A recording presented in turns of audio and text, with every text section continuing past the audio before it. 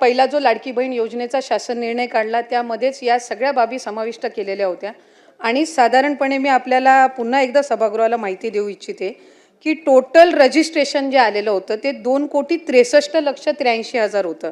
त्यापैकी 2,43,42,936 म्हणजे जवळपास 20-22 लाख जे रजिस्ट्रेशन फॉर्म्स होते हे त्यावेळेला सुद्धा त्याचं रेक्टिफिकेशन झालेलं होतं. नाहीतर पहिल्याच ह्याला 2,63,00,000च लाभार्थी असते, ते 2,43,00,000 होते म्हणजे 2.43 होते. म्हणजे व्हेरिफिकेशनची प्रोसिजर ही सुरू असताना साधारणपणे ऑक्टोबर, नोव्हेंबर, डिसेंबरच्या कालावधीमध्ये आचारसंहितेच्या कालावधीमध्ये पूर्ण स्क्रुटिनीची जी प्रोसिजर आहे ही त्या ठिकाणी स्थगित होती आणि त्याच्यानंतर जानेवारी महिन्यामध्ये ज्यावेळेला सगळ्या विभागांना आम्ही त्या संदर्भातलं खरं तर ऑक्टोबर महिन्यामध्येच त्या संदर्भातल्या सगळ्या विभागांना पत्र आम्ही क्रॉस व्हेरिफिकेशन डेटासाठी दिलं होतं. कारण इतर विभागांचा डेटा हा आपण ॲक्सेस करू शकत नसतो एखादं डिपार्टमेंट.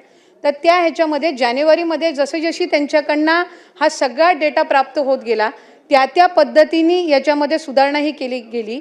आणि दुसरी महत्त्वाची गोष्ट म्हणजे जी ई-KYCची प्रक्रिया आहे, साधारणपणे ई-KYCची प्रक्रिया डायरेक्ट DBT योजना ज्या वेगवेगळ्या खात्याकडून राबवल्या जातात ह्या सगळ्यामध्येच ई-KYCचं धोरण हे घेतलं जात असतं.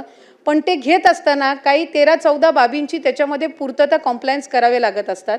त्या दृष्टिकोनातून हा 7-8 महिन्याचा कालावधी जरी लागला तरी ज्या विभागाकडून आम्हाला जानेवारी महिन्यापासून डेटा मिळाला त्या पद्धतीनं त्याचं क्रॉस व्हेरिफिकेशनची सुरुवात केली. आजही ई-KYC प्रक्रिया करत असताना 2.25 कोटीपेक्षा अधिक महिलांची ई-KYC झालेली आहे. म्हणजे पुढच्या 15-20 दिवसाच्या कालावधीमध्ये पण जी लाभार्थ्यांची संख्या आहे त्यांना ई-KYC करण्याच्या संदर्भामध्ये निवडणुकीचा विषयच नाही. खरं तर सन्मान्य सदस्यांनी सुरुवातीलाच उल्लेख केला की लाडकी बहीण योजनेला विरोध नाहीये. हा लाभ जो आहे हा माता भगिनींनाच मिळालेला आहे. काही ठिकाणी पहिल्यांदा लाडकी बहीण सारखी योजना ही महायुतीच्या सरकारने आणली, ती चांगल्या पद्धतीनं त्याचा लाभ हा पोचावा या दृष्टिकोनातून आम्ही काम करत आहोत. आणि मला सन्मान्य सदस्य महोदयांना सुद्धा भास्करराव जाधव साहेब असतील आणि इतर सगळ्यांना सुद्धा सांगायचं आहे की या योजनेला 1 वर्षापेक्षा कमी कालावधी झालेला आहे आणि सर्वात जास्त लाभार्थी असणारी ही योजना. त्याच्यामुळे वर्षभराच्या कालावधीमध्ये याच्यामध्ये काही त्रुटी सुधारणा ह्या सगळ्या बाबींवर आम्ही लक्ष केंद्रित करत आहोत. धन्यवाद. KYC करायला बराच 13-14 कंडिशन्स असतात.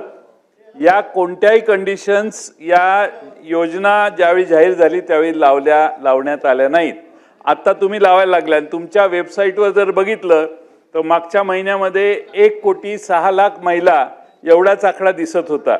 आपलं म्हणणं असं असेल की आता 1,70,00,000 झालेले आहेत किंवा 75,00,000 झाले आहेत. म्हणजे जसं ई-KYC होईल तसं चाललंय. त्यामुळं अर्थ खात्याच्या ते किती तुमचा आढावा घेतात मला माहीत नाही. पण अध्यक्ष महोदय, ई-KYC उशिरा करणं, चुकीच्या लोकांना लाभार्थी देणं आमचा लाडक्या बहिणीला पाठिंबाच आहे. आमचा एकनाथ शिंदे नाही पाठिंबा आहे. काय प्रॉब्लेम नाही ना बघा. त्यामुळं सगळ्यात राज्य सरकार तुमचं येण्यात फायदा झाला लाडक्या बहिणीचा. पण 1 नंबरचा आमचा माणूस 2 नंबरला जाऊन बसला, हा तोटा महाराष्ट्राचा मोठा झालेला आहे. ती चुकीची KYC भरली किंवा भरली नसेल त्यांच्यावर आपण गुन्हे दाखल करणार का?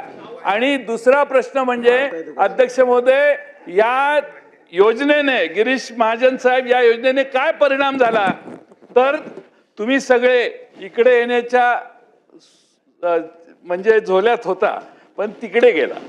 त्याला जो प्रमुख ज्याने हे तुम्हाला योजना आणायचं काम केलं त्या माणसावर अन्याय होतोय असं आता अलीकडे आम्हाला वाटायला लागले.